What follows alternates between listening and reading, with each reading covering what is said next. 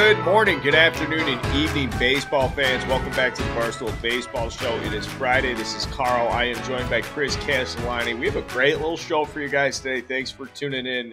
Subscribe to this on YouTube. Off the top, Castellani, you are out of the basement. You got a nice ergonomic chair. I noticed the head support, the headrest on that's a nice fucking chair. Yeah, well, that's my father's chair. He knew how to pick them. But yeah, man, I mean, look, we're trying to work through the Wi-Fi issue. We are as close to the router as can possibly be without actually touching the thing. So trying this out, obviously, it's I play into the bit, but it's very important to me that the service is good. So looking forward to having a great show. Yeah, we're going to talk about the Blue Jays off the top. You had something, I like this. I'm coming in blind. Audience, I'm like an audience member right here. I have no idea what's planned. I know you want to talk about the Blue Jays. And then what I would like to do today, and this is just a quick hitter here for a Friday, guys. We've talked a little bit Orioles. We've talked a lot Rangers. We're going to go position by position. Bullpen, then we're going to consider starting pitching, the manager, and then we're going to declare a better team when we're done with it, just based purely by the numbers. Let's take it off the top, though, with the Blue Jays. What's on your mind, big fella? Okay, yeah, this is because I got ratioed to shit last night on Twitter about something that, look, I am a big believer in the big game pitcher. I think some guys have it, some guys don't. Some guys start their careers not having it, then they find it. Like we saw, David Price for the longest time was the guy that couldn't get it done in October, then did. Okay, so you and I both really like Kevin Gausman. I think he's a phenomenal pitcher. He's been in the thick of the Cy Young race each of the last 2 years. Last night, he had a start against the Philadelphia Phillies. Now, I'm going to open with a question for you, Carl. Would you consider a game that you're playing against the defending NL champs when you are barely holding on to a wild card spot and your ace is on the mound? Is that a big game for you? Do you consider that a big game for a pitcher? Yeah, in this case, that's starting to become that's a bigger game. Is a big game is a playoff game.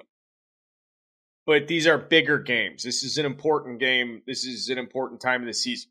So to answer your question, is it a big game within the context of like big game? No, it's not a big game, but it's a bigger game and it is a big game, if that makes sense. It's a big game, but it's not a big game where you like start talking about big game starters, big game. Yes. I'll meet you halfway and say it's not a legacy defining game. I don't think that people are going to look back at Kevin Gausman's start on August 16th of 2023 and say like, that was his moment, or that was a moment that defined his career. But as somebody who has been on the receiving end of teams that have lost out on the division by a game, I can tell you that every game, especially games in which your ace is on the mound, I consider big games. Those are the games you circle.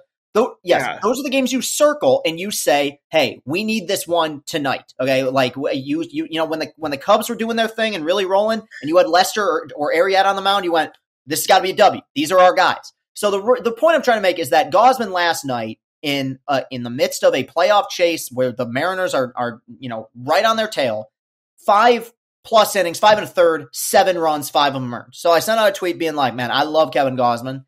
I think he has a tendency to kind of shit down his leg in big games.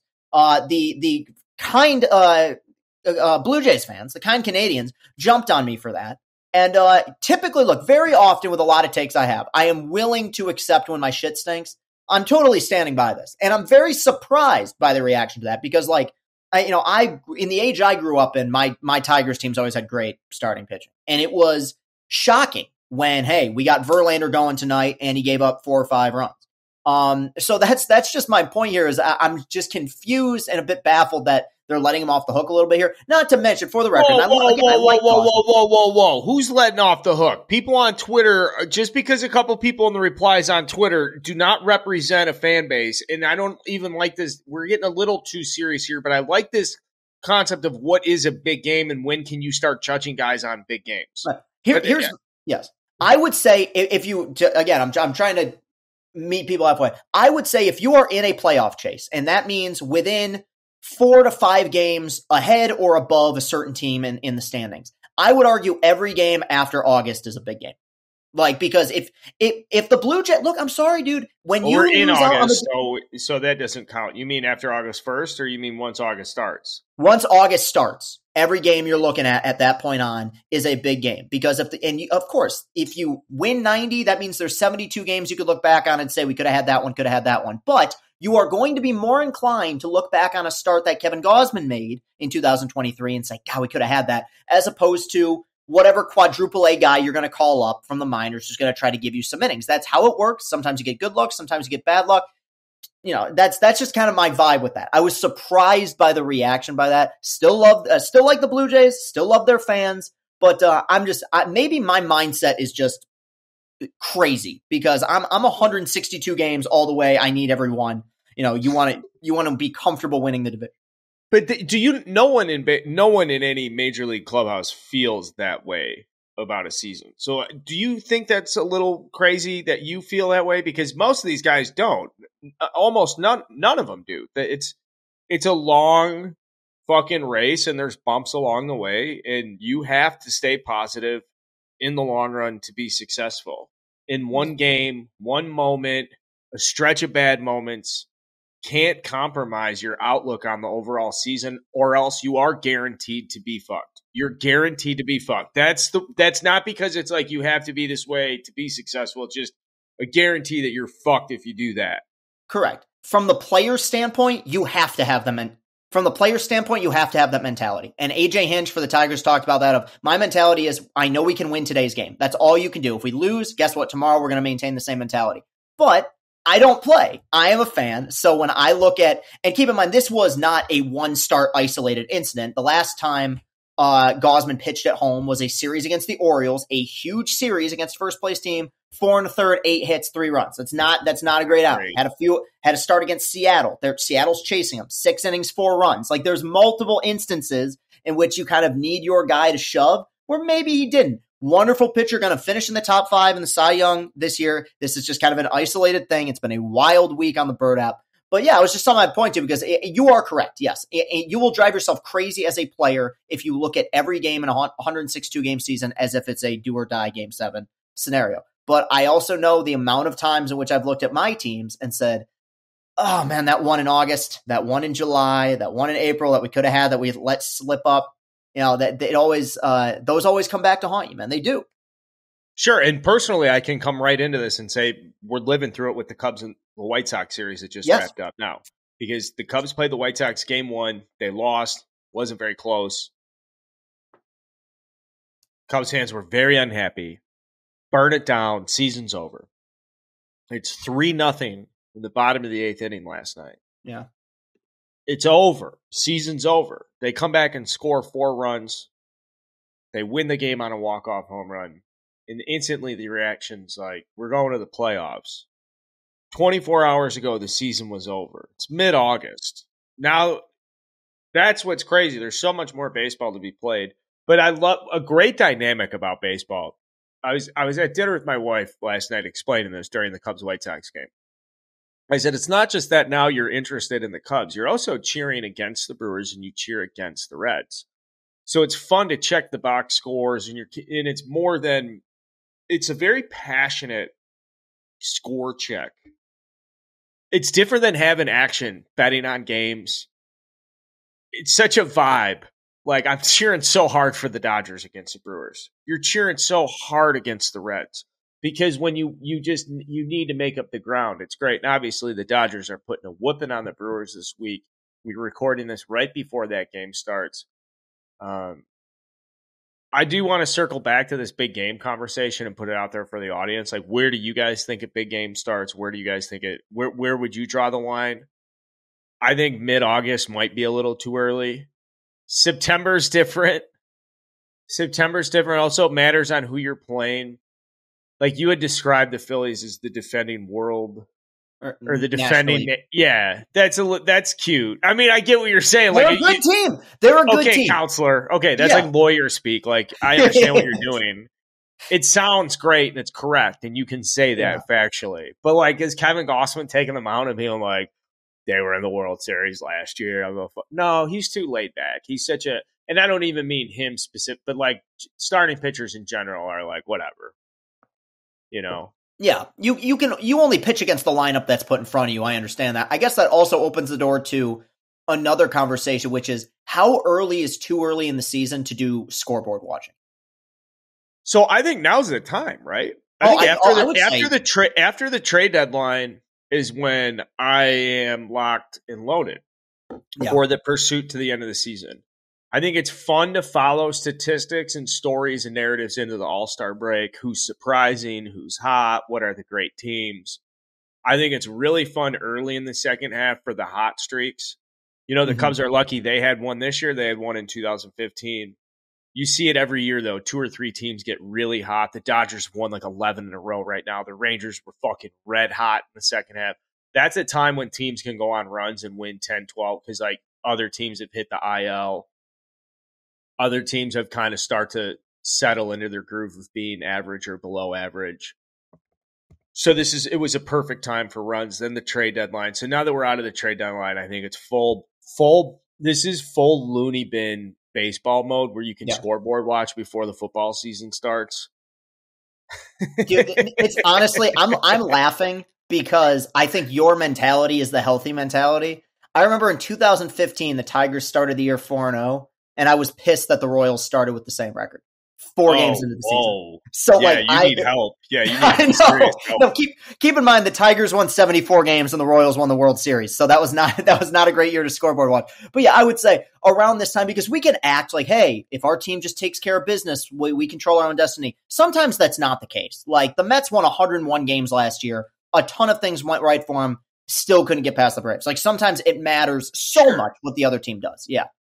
But I think, and I opened up to you about this on the way out to Omaha. We talked a lot about like fandom and passion and stuff. And like, I lived through what I consider to be the golden era of any like sports fan. Yeah. As a boy, you know, getting Moneyball, getting to read that, I should say as a boy, like as a young teenager. And then the perspective of the front office. I love the Cubs. They get sold to this guy. He brings in Theo Epstein, who's my favorite, executive. He makes all these moves and wheels and deals and brings in all these guys who are my age, all these like really young, fresh fucking, and then they're awesome. And then I get to become like friends with these guys. And then like, I lived through like the best experience of all time. They win the World Series. It's a great core. It gets broken up sadly. And now we're at this point as Cubs fans where we have to come back together and like put a new core together and you got to build a new journey and stuff. And like that experience of hitting on all these things as a Cubs fan, I think has made me like a better baseball fan now, generally, like a calmer baseball fan. I used to get so mad about wins and losses. I used to track wins and losses in my cubicle at Grant Thornton, listen to games on AM and get so fucking mad. This is before Barstool, Carl even was like an idea. And so I know like being the loony bin psychopath and then having lived through all these great fulfilling experiences is it's not like numb. It's just like I've been really fulfilled as a baseball fan. So when we drop a series, it's like, I'm just lucky that like I just consider myself lucky to be a Cubs fan at this point. I love going to Wrigley Field. I love when they're good. I love talking baseball. I love talking baseball. The people that like to talk baseball. Like, I'm just very lucky. And so when they go on these cold streaks, it sucks and it's frustrating. But, like, there's some really hot streaks. And when it's hot, there's nothing better. Like, there's not like these. We're going to talk Rangers, Orioles. There's nothing better right now than if you are a Rangers or an Orioles fan gearing up for a postseason run. Who's hot? Who's not?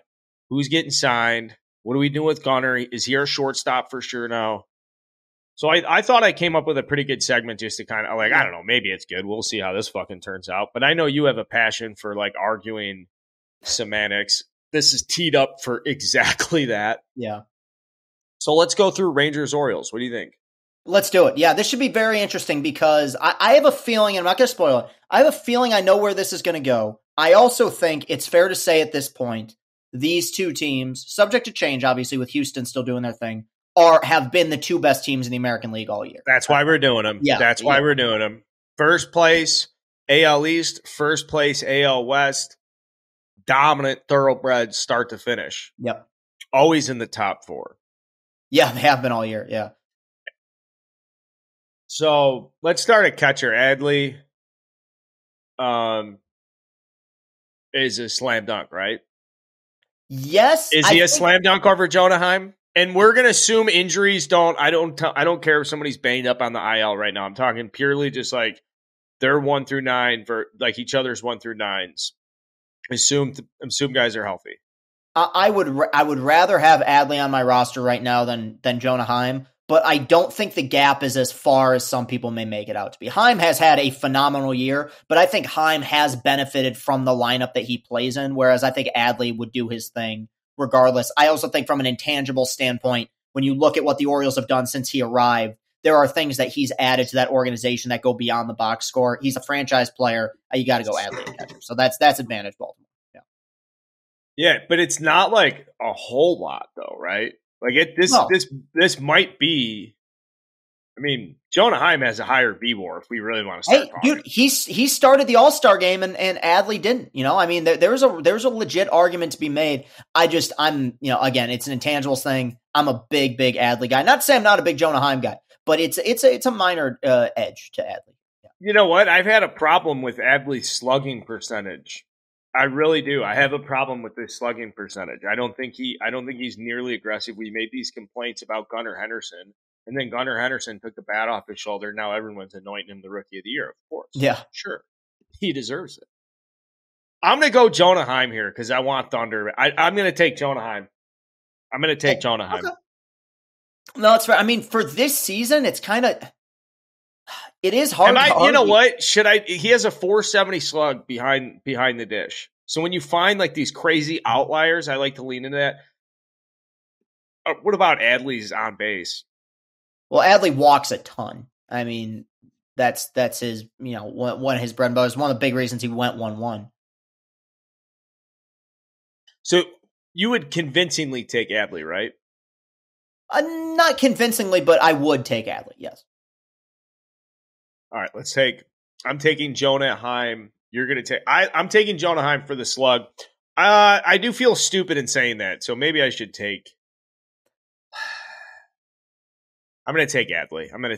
Like we're going to have an upset fan base regardless, but I'm going to give the slight edge to Adley here. I think long term and finishing out this season, I like Adley. I like the intangibles. I like the durability. And I think that Adley behind the dish probably has an edge there as well. Let's go over to first base. Yeah. Ryan Mountcastle or Nathaniel. Is this low or low? I can never remember. I always get a mix. I think this one's low, I think. His brother is on the Rays, Josh. Right. Which that one's – but they have Josh. But Brandon is the second baseman. Right, and that one his Brandon is Lau, I believe. So this one's Nathaniel Lowe, I believe. Low, yes. This one's very close. Their numbers are pretty similar. I really like Lowe's durability. He's played in 120 games already this year. He might have played in every game. I'm not sure exactly how many they've played. Very close. Man. Offensively, though, Mountcastle's been good for them. I think I'm going to give to the edge of the Rangers here. I think I'm going to go low. I mean, slugging 445, OPS plus of 122, does strike out a fair amount, 118 Ks, but he's walked 65 times, 366 OBP for a power hitting first baseman. Gets overlooked in that lineup because of how deep they are. He's been a huge piece for them. I think that's a slight edge. Not to take anything away from what Mountcastle's done. He's had a phenomenal year, but this is a very slight edge. I'm going Nathaniel Lowe. So I think Nathaniel Lowe's a better offensive player because of what you're saying. The 366 on base is just absolutely crushes for me. Like Mountcastle is a good slugger, middle of the order guy. He's got a sub 320 OBP, but he's got like a 270 a 270 batting average. The thing's off his shoulder. He's ready to hit. He gets in the box. He wants to slug. He's a great guy to hit like fifth, sixth in your lineup. But I like Lau just a tick. This one I like Lau just a tick more. I'm with you. It's very close. This one was close. I would say this one's kind of similar to like you're not really losing out. I think Mountcastle has room to get a lot better though. Like I think he can get better. I think he should get better. He should continue to get. Not saying like I have bad or like I'm disappointed, and I'm just saying like I think he's got a higher ceiling than what we see from him. Right. I'd agree with you. And I think that's fair to say about a lot of guys in the Orioles too, which makes them scary going forward, is they have such a young core that I could see us doing this same thing a year from now and all the results are flipped, where we have Baltimore as the advantage in every category. The gap between a lot of these positions is pretty narrow. It's pretty thin. But right now, I'm with you. I'm going low. And it's cool that Mountcastle, first rounder 2015 for the Orioles, like he doesn't get talked about that much as a homegrown guy, I don't think. Like he's just kind of like lumped in as a younger Oriole. He's 26 years old. He's been their everyday first baseman for a couple of years now. So let's go over to second base. I think this is a slam dunk. One of the few on the boards. Marcus Semion's one of the greatest players in the American League. Yes. Has been for 4 of the last 5 seasons. I'm taking Marcus Semien. I'm with you. For a guy who has finished third in the MVP voting twice, he's probably going to be in top 5 again this year, still remains remarkably underrated. This is just in terms of B-WAR and not including the 2020 COVID campaign. These are Marcus Semion's last 4 years. Going back to 2019, 8.5, 7.1. Last year, and when he started off bad the first 2 months, still had a B-WAR of 5.7. Right now, leads all American League position players. Obviously, Ohtani is ahead of them, but with a 5.6 B-WAR, he's probably going to end up with a 6 WAR in his age 32 season. That was one of those contracts when they signed it. I said, early 30s, middle infielder. Where's the power going to go? I worry about the durability. He's stayed healthy. He's been consistent. He's in the lineup every day. There's few players in baseball that are as valuable as Marcus Semien this year. Great points. Thank you. Little internet challenges here. So if the tabs are open, I'm not cutting that. The audience gets a piece of it too, just as I do. If there are some tabs open, keep those fuckers closed, Castellani. Okay. Let's just raw dog the rest of this, okay? Third base. Let's go over to third base. Who's the third baseman for the Orioles now that Gunner's playing shortstop full time? Is it Ramon Urias? Right. Who the fans are not crazy. Or wait, maybe I'm thinking of Mateo. Yeah, no, it's right. It's Urias right now. I would say at third. Yeah, it's Ramon Urias. Yeah. All right, this isn't even fucking close. It's Josh Young. Yeah. Now, obviously, right now, Young injured, which sucks. And we'll talk about Gunnar Henderson at some point here soon, who may have jumped him. But Young was having easily a Rookie of the Year caliber campaign. First full season in the bigs, made the All-Star team, started the All-Star game as a rookie. Tremendous makeup as a player. Like, if you are big on the eye test, I feel like you watch Josh Young play, you're like, okay, that guy, that third baseman in blue, that guy's really good. And he's been impressive all year. Sucks that he suffered the thumb injury, but their development of him has coincided perfectly with the ascension of this organization. And he has a lot of toys to play with there in that lineup. I think that's allowed him to excel. He's been fantastic. Is Gunnar Henderson a third baseman? He can be. I believe they want him to be shortstop long term. They do. He's their shortstop. I thought he was the shortstop. He's sliding over to short. Yeah, that's why I'm considering him a shortstop for these power. No, I think right now, average third baseman. Okay. Yeah. Because if we're going to shortstop, it's Corey Seager's one of the best players in the world of all time.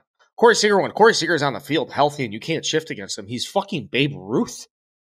So are we going to shortstop now, or we jump into that? Well, I mean, do you want me to sit here and talk about Ramon Urias and his fucking 706 OPS versus Josh Young? What you said is right. Eye test is correct. I saw the Rangers play this season in May, and I'm sitting there with my going, this motherfucker at third base. Who is this dude? Mm-hmm. No, he's been a standout. I'm with you. Just going to short, though, it's too bad because I think Gunnar Henderson's going to be a star. And I think that, there's been a lot of talk about Adley. There's been a lot of talk about Adley, and understandably so. I think this guy's their franchise guy. Like, I think he is the multi-time All-Star, will at some point be an MVP candidate. It's not anything he's done. This is a crazy hot – well, no, it's not a hot take. I'm going to stand by it. Corey Seager is one of the 10 best hitting shortstops ever. Like, when you look at power – when you take into account average, what he's done in the postseason, this guy absolutely rakes. I mean, we're talking about, it's all about guys who are there now. And I know he's had some injury issues. It is amazing how quickly he comes back from injury and doesn't miss a beat ever. This guy rolls out of bed and puts up an OPS in the 900s.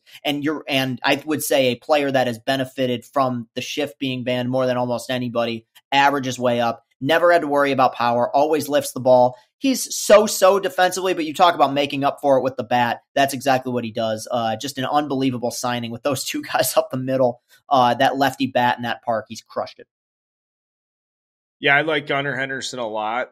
Mm-hmm. I think he's a tremendous looking young player, as good as you can look. He's a young player, great name, great body, great approach. Even when he wasn't hitting early in the season, he had like a 330, 340 OBP and like a 210 average. He was just drawing the walks. The message just got to him. You have to start early. If you want to do damage, you have to get in the box with the mindset of wanting to do damage. Great players have talked about this repeatedly. They have to remove yourself from result and just concentrate on crushing the baseball. And if you wait 5, 6, 7 fucking pitches, I like the idea of like get your pitch to hit, but a lot of times that pitch is there first 3, 4 fucking pitches of the at bat, fellas. And so it's just a mindset of like if it's there and you're ready to drive it. Now, of course, there's times you got to fight and battle 11, 12 pitch at bats. And I'm saying all this because there's been a fundamental shift in Gunnar Henderson from getting the foot down and just being ready to fucking go. And that's going back to like June 1st. His number since June 1st put him at the top, like put him at the very top. He was on June 1st, like had a complete 0 win above replacement. I think it's at 3.5, 4-ish now. So extrapolated over an entire season. We're talking about a guy like an 8-9 trend for the last 10 weeks. So I want to give him as much love as I can while I say Corey Seager's so much fucking better. Right. Oh, is he better? It's not, and like I said, it's not anything he's done. I feel like we put up almost any shortstop in baseball up against the Rangers a shortstop right now, and you're going to take Corey Seager. It's kind of bad luck of the draw there, but Henderson has been really good. Yeah. Now, let's just recap this quick. Adley, catcher. I think I tried to get split on that. We're pretty much in agreement on this. This might be one of these cosign power rankings here. Where we just fucking put it out there as like, this is one official thing as opposed to this is what Carl thinks. This is what Chris thinks. I don't think I'm going to end up disagreeing with you. We have Josh Young at third, Corey Seager at short, Marcus Semien at second, Nathaniel Lau at first, Adley Rutschman behind the dish. I think easily Austin Hayes is in left field. I'm like not trying to be disrespectful to Travis Jankowski. He was wonderful at Stony Brook. Shout out to the Stony Brook crew. Tommy Kohler's fucking crushing a Miller Lite as I say this. How many left fielders have they used this year? Jankowski's played in 78 games. He's put up a 106 OPS. He steals a lot of bases effectively. 16 to 17 on the year. Polish kid, great hair. A lot of reasons to like Jankowski. There are, and he's had a solid year. The one biggest reason I'm going with Hayes, though, outside of just the numbers being better, is they have platooned him a little bit. You've gotten action with Robbie Grossman out in left field. We'll talk at some point about Ezekiel Duran, who's kind of been their everything guy at some point. So, whereas I think Hayes, they've put him out in left field every single day. He's gone out there, fallen off a little bit in the second half. Maybe hasn't put up as good of numbers as he did in the All-Star campaign in the first half, but he's still young, can hit for a lot of power. I think you definitely have to give the edge to him right now. But okay. Jankowski's not been bad. 77 games. He's probably cost you absolutely nothing. What do you call it? The scrap heap? The scrap pile? Yeah. All right.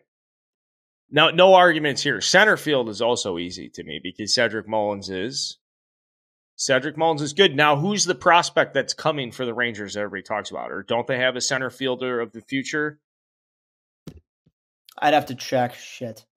Well, don't. I mean, they just say you don't. Just say off the top of your head. You're not. Off the top of my head, I don't know. No, off the top of my head, I can't remember. But is it Leody Taveras? Is it the guy that's playing right now? No, he's been in the big leagues for a number of years, and he's been mediocre at best. Yeah, so he's 24, so he may be trending in the right direction. But Mullins is one of my favorite stories right now because he was, I think, a part of the worst part of that Orioles era. There were rumors about, is he going to be somebody who's trade bait? He's stuck around there, and so I mean, he has to be enjoying this more than anybody. He went through some of those 100 loss campaigns. The moment he had in Seattle last week, actually moments where he robbed the home run, then went deep, was unbelievable. Leader in the clubhouse. I mean, he's incredibly important to that team's success, and he's healthy again. This is one of the easier ones. You got to go Mullins with the advantage there. He was on the 2018 team managed by Buck Showalter that won 47 and 115. Ooh. Yeah, that'll harden you, man. Yeah. 47 and 115 losses. When did they draft Adley? Adley was 19, I think. I think he went 1 in the Riley Green draft. Yeah. Okay, so they used that 115 losses on Adley Rutschman. Good for them. Yeah. Will they make it back? Will he win them a World Series? Time will tell. We have Cedric Mullins in center field now. Right field, I would be hard pressed not to take Adolis. You have to. He's maybe the most underrated player in baseball. I mean, I know that he's made all-star teams. He's got a rocket of an arm, but Carl, he's going to drive in 120 runs this year, and no one's going to, no one's talking about it. I mean, he's been really good for them for multiple years now. That was an incredible pickup. I like Santander. I like the outfielders out in Baltimore, but I think that what Adolis Garcia has provided to that team, he's almost in many ways kind of the last puzzle piece there. You have the stars with Semien and Seager, and this wasn't some guy they drafted. He's not some highly touted guy who came up through the farm system. In fact, I think the Cardinals just straight up put him on waivers or cut him. And you pick this guy up. I mean, great energy player, tons of pop. I mean, Seager and Semien are going to get on base. This is the guy who all year has driven him in. He's just been fantastic 3 years now. Man, this is a fucking tough one. Even at his worst at the dish, he's a valuable player because I don't believe there's a better arm for a corner outfielder than what he has in right fielder. I mean, he's become a very valuable player for them. He's a cornerstone piece, and they did not expect him to become that, I don't believe, but he's been electric for them. And it sucks because I don't want to overlook the impact that Santander has had in Baltimore or some of these other guys. They put together a marvelous core. It's just that we're talking about all-stars here. Adolis Garcia is now a multi-time all-star, and is an established veteran in this league, and he can't stop hitting and driving in runs. You got to go with him. He is a shitty second half player. Weird. Premonitions proved correctly. Hit 230. As a 230 hitter in the second half, as a 260 hitter in the first half. As an 800 OPS in the first half, as a 700 OPS in his career in second halves. But it just 162 games, a lot of fucking games, man. Yeah. It's a hard game. Yeah. Hard season. I love it. I do love it. And the more time I spend, I do enjoy this national perspective in talking about baseball like this. It's been a nice change of pace from the classic homerism, because the more you go through it, it's just I have unending amounts of appreciation for the men that play this game and the people who make it up on a day-to-day basis. And I'm glad that you shed some light on this guy's path and story, because that fucking Cardinals did outright just say, no, thanks, pal. You don't play baseball the Cardinal way. Well, the Rangers have a way to smash the baseball. Yeah. Yeah. Go right ahead, buddy. Yeah. And that's exactly what he's done. I mean, they've let him come in there, be himself. He was the lone bright spot for a few years there for them. When they were dealing with injuries and obviously them bottoming out 2 years ago, he was the one guy that you looked at and you went, oh, well, they can hold on to him. And now, kind of similar to Mullins in Baltimore, he's starting to see the benefits of what has been a really good front office turnaround there in Texas. So yeah, he's been remarkable. Fun player to watch. We have 3 more categories left. Starting pitching, bullpen, manager. Yes. I think this one's this easy split with the pitching staff is. Yep. Orioles have a better bullpen. The Rangers have a better rotation. With you 100%. I want to highlight the Rangers rotation real quick, just because I think there's something to be said. And we had the whole trade deadline stream and everything, and there's something to be said about a team that actually has issues and doesn't pussy out at the deadline and solves those issues. They said, hey, they need bullpen help, and we'll talk about their bullpen in a second. Which I think they're still have some issues there. But, hey, you lost Jacob deGrom. You didn't think you would, okay? Eovaldi had been a revelation. He's been injured. You go out and you get Scherzer. You get Jordan Montgomery. You needed rotation depth. You don't need Scherzer to pitch like 2016 Max Scherzer. Now, it'll help. He gave up 1 hit the other night or 7 innings. You'll take it. But Scherzer as a number 2, Montgomery as a number 3, You have John Gray potentially. That's a 4-man rotation once Eovaldi comes back that I do not want to face. So I think they did such a phenomenal job of making themselves even more dangerous at the deadline. And it just goes to show that when you're going through a rebuild, build around position players. Starting pitching is always available. Look at what they've, none of these guys came up through the system. Scherzer's on his 5th team. Eovaldi's on his 5th team, I think maybe even 6th. I mean, he started, I want to say, with the Marlins. And yet these guys have just delivered for them all season, or at least in the case of Scherzer and Montgomery since they got traded for. So they're in a very good place right now with that rotation. They keep winning without Nathan Eovaldi. Imagine how scary that's going to be when he comes back. Eovaldi's been on 6 teams, broken with the Dodgers. Oh, it was the Dodgers. Yeah, he did pitch for the Marlins for a little bit, but yeah. He's a legend, I think, with in the peer space. The guys have a lot of respect for him within the game. Built like a brick shit house. Talent, the fucking gods.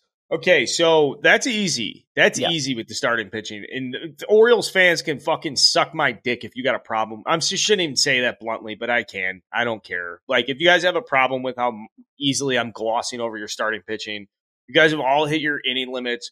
Grayson Rodriguez will be great one day. He could be, lights out in the playoffs. Right now, as we record this podcast, August 17th to release on August 18th, I don't give a fuck. I don't. It's believe it when I see it with them right now. If it holds up, I'll say I was wrong, but you know what? Their big trade deadline pickup, Jack Flaherty just gave up 7 runs the other night in, I believe, less than 3 innings. Like, if that's kind of the best you have to offer. Now, I'm with you. I think Grayson Rodriguez has actually turned a corner, but if you're putting your faith on a rookie who currently has a 5.8 ERA to be your ace, one of your top guys come October, you might be in for a rude awakening. And I don't blame, you don't blame any particular player for it. They should have done more at the deadline. The Rangers did. And that's why you have to, I would argue they probably had a better rotation even before that, but especially now, it's not even close. No disagreements here, per usual. When I look at the bullpen, I think Chapman's been a phenomenal addition, and I can't help but sense those vibes of 2016, him punching out 16 guys per 9 when he was at Cub or something filthy like that.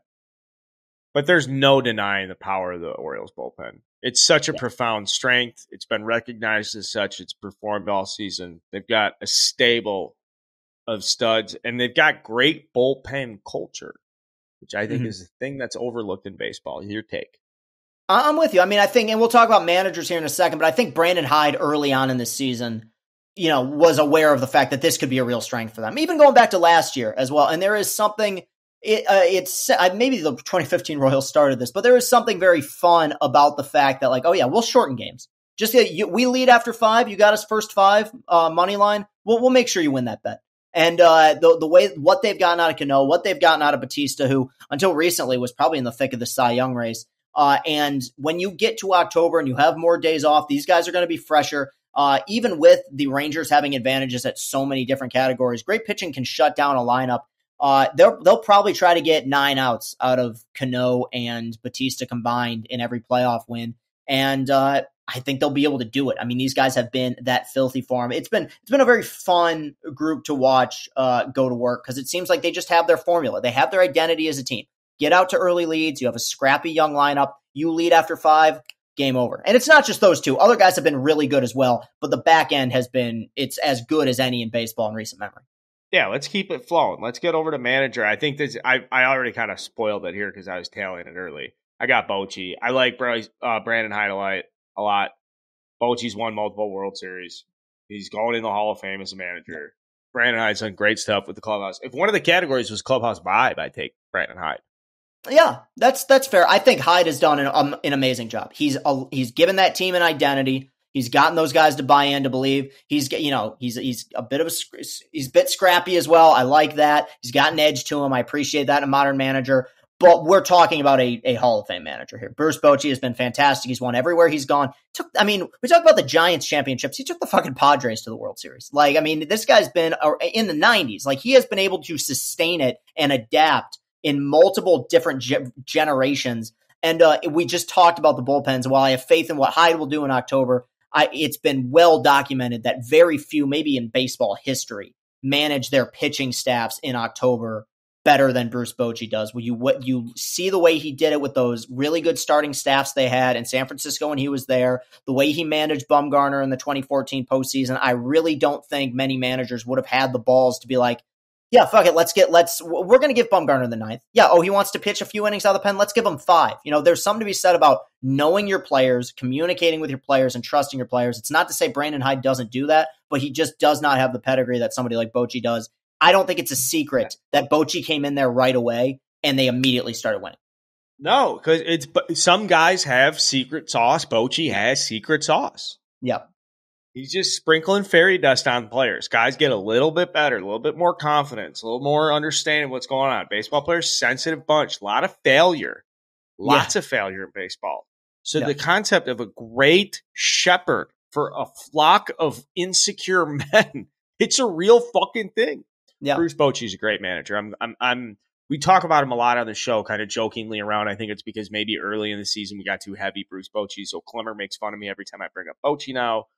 But I'm like a believer in a manager that makes players want to be at the field. And I'm a believer in a manager that makes players feel like they got our fucking back. That's not a joke. I've thoroughly enjoyed this exercise, and I can't wait. This is something you and I are going to do again. I don't know what the right term is. If the Rangers are a better team, the Orioles are a better team, but we went through the rosters. We went through position by position. It's Barstool Baseball. This is a Friday show. Carl, joined by Chris Castellani. Subscribe on YouTube and tell us what teams you guys want us to do next. Until next time, subscribe and shit. Seriously, we'll see you guys.